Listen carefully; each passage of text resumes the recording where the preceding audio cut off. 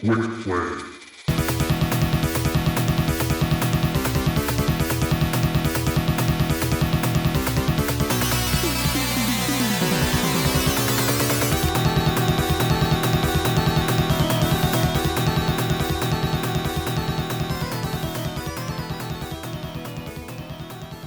Hello and welcome to another episode of Quick Play, a Retrotopia podcast where we take a look at a smaller game, perhaps without the meat for a full episode, and review it for your listening pleasure.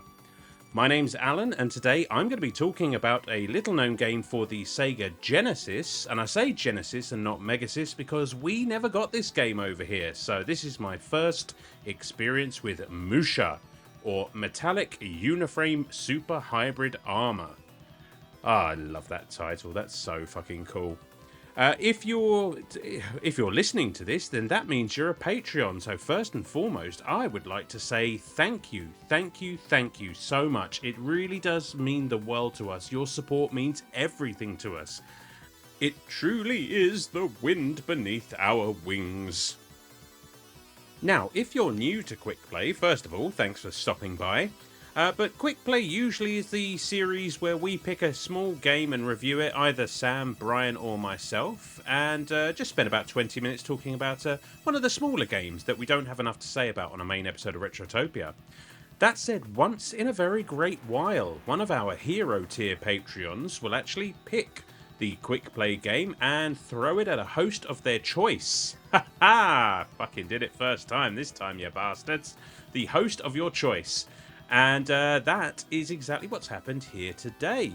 So Musha has been picked by Game Genius, and I want to say thank you very much, buddy. Thank you for your support, and thank you for giving me a game that I've never even heard of before, because I always get a kick out of talking about these, as you know. Alright, so before we get into the episode proper, I'm going to go through just a couple of plugs. Of course, you know all about the Patreon because you're here from Patreon, so I'm not going to spend much time on that. I'm assuming you listen to the main show, Retrotopia, every Sunday, wherever you get your podcasts. But if you're not following us on any of our social medias, you can find all of that at linktree/Retrotopia. That's linktr.ee/Retrotopia. And while you're there, why not check out both our merch stall, whatever the fuck you want to call it. It's full of fantastic designs that Brian has cooked up. And check out our Discord as well, because if you're not in our Discord, we would love to have you over there. We love meeting new people and talking gaming with them, and films and comics and music and all other manner of interesting things. So stop by and have some fun. Alright then, without further ado, let's get into talking some Musha, released on the Genesis in 1990, developed by Compile, and thanks to Game Genius. Enjoy the show!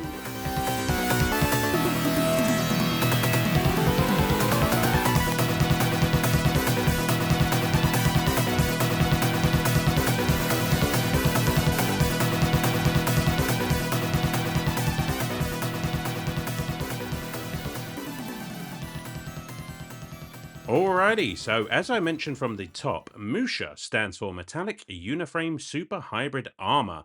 And again, I really like that title. It's part of the Aleste series, which is something I'm not familiar with, but in looking it up, it looks like there's quite a few games in this series. Not entirely sure how this one slipped me by, but I know why I didn't hear about Musha, because this was I think, Japan and North America only release.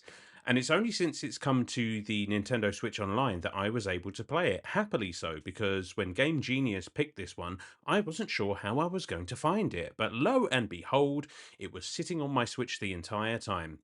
So I fired it up, and I found out very early on that it was a vertical scrolling shoot 'em up. And listen, you know me, I like to play all sorts of games, but for whatever reason, I just seem to have a bit of a blind spot for the shoot 'em up. Not through any dislike of the genre or anything like that. It's just I've never really played all that many. I mean, to my mind, maybe I've dabbled with a little bit in R-Type. I know I played the shit out of a game called Soul Feast, which we played on the Mega CD back in the day. But I can't really think of too many other games of this genre that I've played. That being said, I have a huge amount of respect for the genre. I think it was back on the Mortal Kombat episode where I stated that I think that fighting games are some of the purest form of gaming, and I would extend that honor to things like shoot 'em ups as well, because especially these vertical shoot 'em ups. I mean, it's basically the evolved form of Space Invaders, isn't it? Really, I think so. So it's just pure adrenaline, pure fun, and so when I found this on my Switch, I thought, "Fuck yeah, let's give this a go," and I fired it up, and I got worked immediately. Maybe it is my inexperience with the genre. Maybe this is considered a hard one amongst vertical scrolling shoot 'em up aficionados. But I fired this thing up and I instantly ate shit. And at that point, I thought, all right, I'm going to have to lock in and really work at this game. So that's what I did. So to set the table, basically humans have colonized the solar system as we are destined to do, of course. And we've used some rather sophisticated computers to do it. And one such computer, an Intelli system by the name of Dia 51, has gone rogue, as all machines are destined to do. Uh, and it's basically attempting to take over the galaxy. And in order to combat this, humanity sends in the Musha team, which I mean, basically are in the best style of anime manga sort of space combat things. They are, yeah, basically giant mechs. Think of your Gundam and things like that. So huge point right from the off, because who doesn't love flying around in a giant mech suit just blasting things? And my goodness, this game has you blasting things in spades. So, I mean, I'm sure everyone's familiar with this kind of genre, but you are basically in your ship flying up the screen, and basically all of the hordes of hell and machinery are against you. I think you could qualify this as a bullet hell, because this game literally right from the hop just throws everything in the kitchen sink at you all at once, and it can and was be very overwhelming at first, because there is a lot of moving parts going on in this game.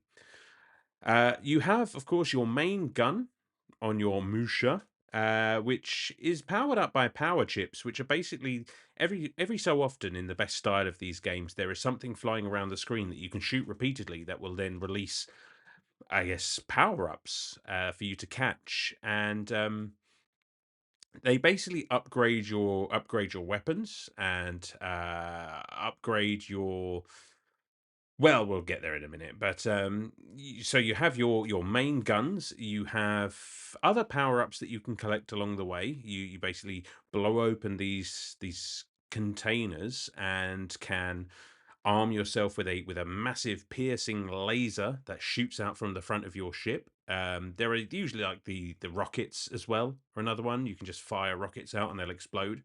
Or there are rotating shields, which, as it sounds, just float around the ship and protect you from damage. And I'll be honest with you, I had the most experience with the rotating shields, because if I could find that weapon, that's exactly what I was going to be using, because fuck me, did I need all the help I could get in this game. The more that you collect of the same type of power up, the more that these power ups will upgrade. So it's in your best interests to not necessarily just grab everything on the screen, because you can just sort of switch out to a different weapon and find yourself back to square one. So when I had the rotating shield, I was avoiding all other power-ups so that I could just keep upgrading this shield. And to be fair, it does do a really good job of mitigating damage. Uh, so I really liked that rotating shield. Also, in your arsenal, you have basically these little drones that fly around your mech. That again, I can't remember. I think by collecting these power chips, the more you collect, the more drones that you get. That being said, I think there are only two that you have at any one time. But if you start taking damage, you can lose one and then the other, and then, of course, yourself. But these drones, now, this was very, very interesting to me because you can actually set these drones to fire in different directions. You know, there's straightforward, there's off at a 45-degree angle, there's behind you, I think. And then you can just have them floating around shooting randomly, basically just rotating around the ship. I pretty much just had them set at a 45-degree angle at all times because then I found that I could stay out of the line of most things fire and still damage them, which came in stupidly useful for some of these bosses, which we'll talk about later on. Um, but yeah, I did find it a little bit difficult to change the drone's orientation mid flight. I can't remember which button that you had to press in order to do it, but when you're trying to concentrate on dodging the thousands of enemies in front of you and collecting upgrades and everything like that and trying to orientate your drones, it all gets a little bit much at times. And mm, I don't know what the answer for that is, and it wasn't a huge problem for me, to be fair. But once, say I died and then I had to come back, I had to basically set the drones up again to do what I want. And this game doesn't give you any time at the start of a level to sort of work out what you're doing. It's just right from the get go, enemies, bullets, the whole shebang. Um, Now, this game is. I think this game is pretty difficult. I've heard other people say that this game is pretty difficult. I don't know how it stacks up against some of the other shoot 'em ups that are out there, and maybe I'll have to play more now that I've played this one and find out. But I did enjoy that this game gave you basically infinite continues. You could just keep going. You could just keep going. But the only problem with that is, especially when you get into some of the later levels, is that if you game over, you basically lose all of your upgrades. So you may have gotten to, and let me tell you, the difficulty curve in this game gets fucking vertical at points. And if you're starting again from a continue and you've basically lost all of your weapons and upgrades and whatnot, it's very, very difficult to get back to an even footing. Um, I would argue at times that it's almost easier to just start the entire game again and just hope you just keep hold of everything. Which I mean, it's nice that you have infinite continues, and I don't know that I would call that a complaint because, frankly, this game kind of wears its difficulty on its sleeve, if that makes sense. It's one of those games where it's just like you have to earn each win, and I think if you were just allowed to just keep plugging away at this, it would lose a lot of that difficulty if it didn't handicap you somewhat midway through the game. Uh, what else? Now, there are 7 levels to this game, and they all look fucking incredible. I mean, you start off and you're just on the standard overland assault, and enemies everywhere as well, trying to chase this mobile fortress. And the boss of the level is literally a fucking pagoda that you have to take down. Basically, it's this massive, I think they're called pagodas, those big Japanese style buildings, and it's just shooting at you and rolling across the terrain, and it's a really quite impressive thing to start the game off with. um, I mean, visually, this whole game has a very kind of, I guess, kabuki biomechanical style of visuals, which I for one really fucking enjoyed because it sort of had a lot of traditional Japanese influence, but in a sort of biomechanical way, and that just I like that a lot. We'll get into what some of these bosses look like a bit later on, but right from the off, I was blown away by how good this game looks. Um, so yeah, you go inside this giant pagoda. Yeah, I mean, I won't go necessarily through all the levels as such, but some of the bosses, some of the levels.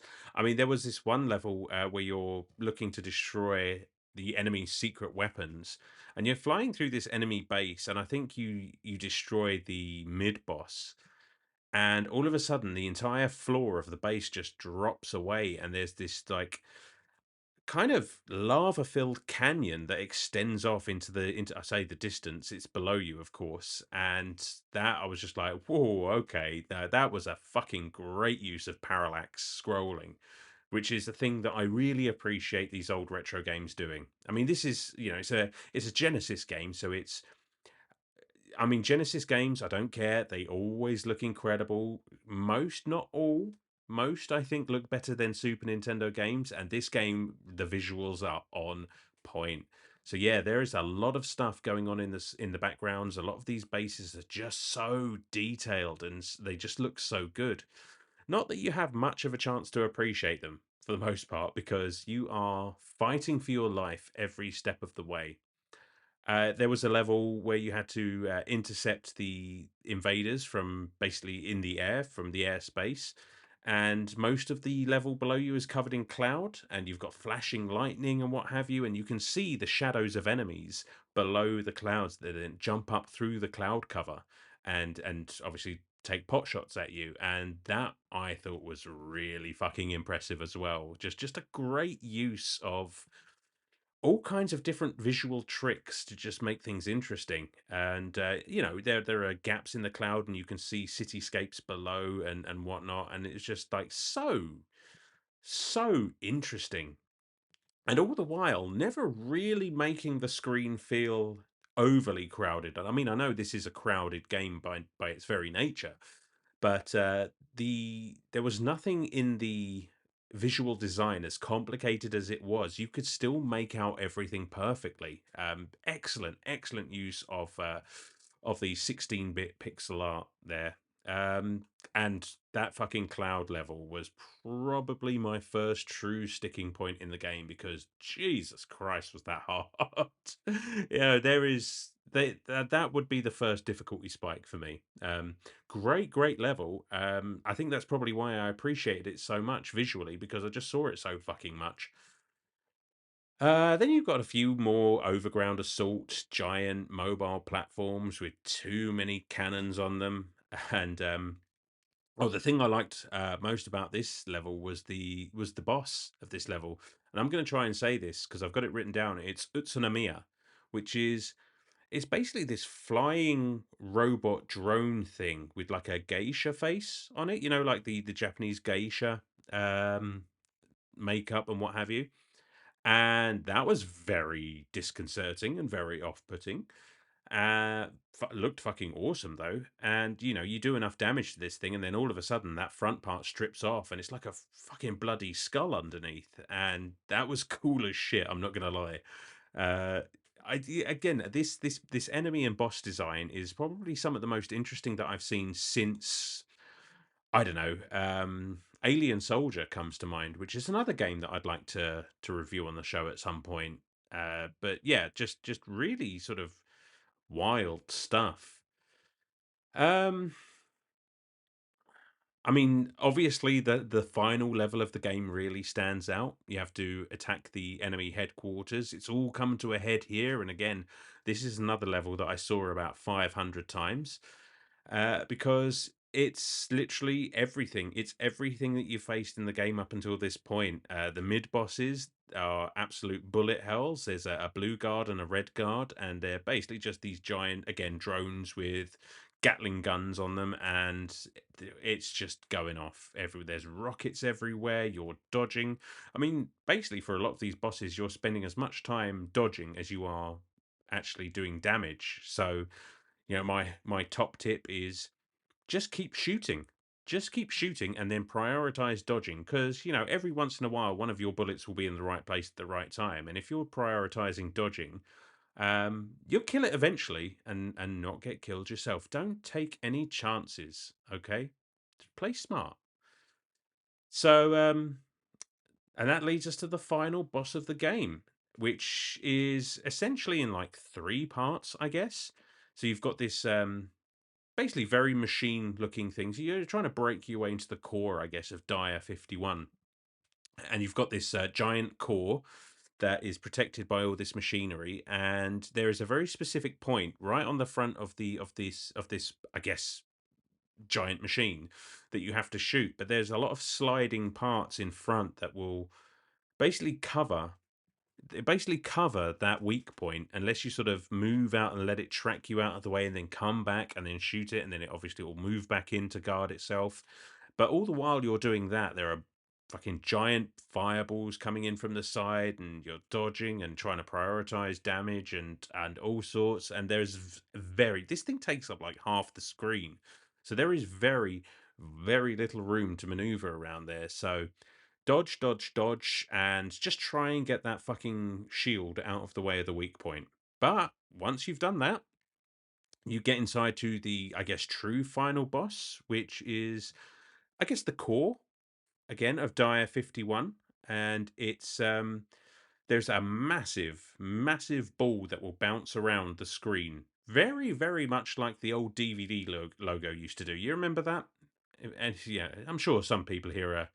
I mean, DVD's not that old. You know, we're not talking VHS here. Yeah, you guys fucking remember. You know, the bouncing thing that would go around the screen, and we'd all just wait for it to hit the very corner of the screen, and oh, that was better than sex. But yeah, so this bouncing ball is bouncing around the screen, and there are two nodes that are in the left and right top corners that you have to shoot. But obviously, they're shooting back, so you've got to dodge that. You've got to dodge the bouncing ball. You've got to destroy these two nodes, and then the core is basically dragged back down this corridor. And all the while, it's like this thing looks fucking gross. It's like a woman's face inside a giant squishy looking ball, and then all the sides of the base are. I mean, I guess they're mechanical, but they kind of look like guts. It's weird shit. But it's dragged down this corridor, and every once in a while, and now this is very narrow, bear in mind, and every once in a while it will fire a shot into the side of the wall that will spawn this giant claw that will come out and nearly take up the whole corridor. I mean, there is zero error margin when these claws come out of the wall. You have to be pinpoint accurate, because if you go too far one way, you crash into the wall. If you get too far the other way, you crash into the claw. So yeah, you are going down this corridor at a fucking 1,000 miles an hour, dodging these claws, all the while trying to take shots at this core at the end there. And bear in mind that everything that you've actually done to get here so far, like this was the point in the game where I was just like, please let this be the last shot, because I can't do this again. I have played this level like 400 times. Just please, just give me this. And I did. After much trying, after many attempts, I actually killed this core sliding down the corridor and beat the game. Or so I thought, because just as I'd relaxed, and I should know better, I've been playing games for years now, I should know better. Just when I decided to relax because my ship is flying through space, it's flying into what looks like a dock, I think, oh, I'm going to get picked up by my allies, and that's it. We're all going to celebrate, go home, and have cake. No, I was fucking sneak attacked by a mech suit Dire 51. So basically, Dire 51 has plugged itself into basically an equivalent mech, a kind of a Musha itself. And he just snuck up on me and fucking pasted me. Absolute fucking bullshit. I could not believe after all of that I got cheap shotted and sent back to the start of the fucking level again by this son of a bitch. I was honestly, I was fuming, and I was mostly annoyed at myself because I know better. This has not been this game has never hidden its difficulty. It's been a slog all the way through. I mean, no, slog's not the right word, because I did really enjoy this game, but to get right to the end and get fucked over by that thing, I had to do the entire level again. So you had better believe I put a little extra salsa on that last couple of shots when I took down Dire 51 and beat this fucking game.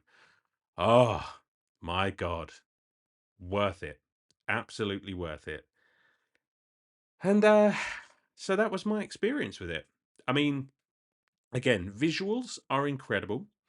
The gameplay is really fucking smooth, and for the amount of enemies that are on the screen, there was very little, if any, slowdown whatsoever. So it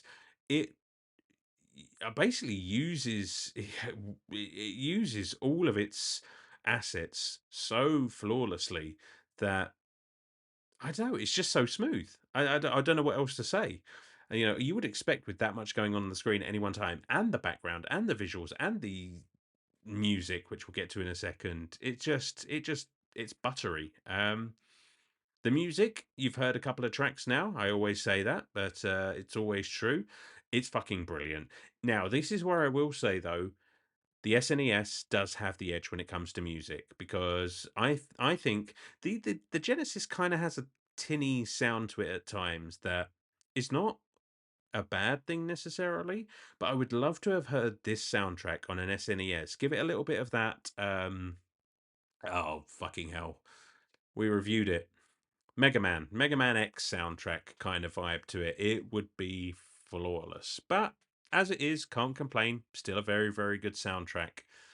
Um, and yeah, you know what? It's a ridiculously hard game, but it is so fucking satisfying. You know, it is one of those games that harkens back to the purest sense of try, and try again. And you know what? You don't mind. You know, you will get fucked over, you will get frustrated, but it has that one more try kind of appeal to it that I just can't help but love. Again, not my usual style of game, but I'm very, very glad. I'm going to have to play more of these now, I think. And you know, see how this ranks on a scale of difficulty. But I'm very, very happy that I beat it. I'm very proud. I'm going to wear that as a bit of a badge of achievement there. Yeah, Musha, good game. Alan from Retrotopia, seal of approval. Better still, I should probably put a score on this thing and go home, which I'm already at. Um, I don't know.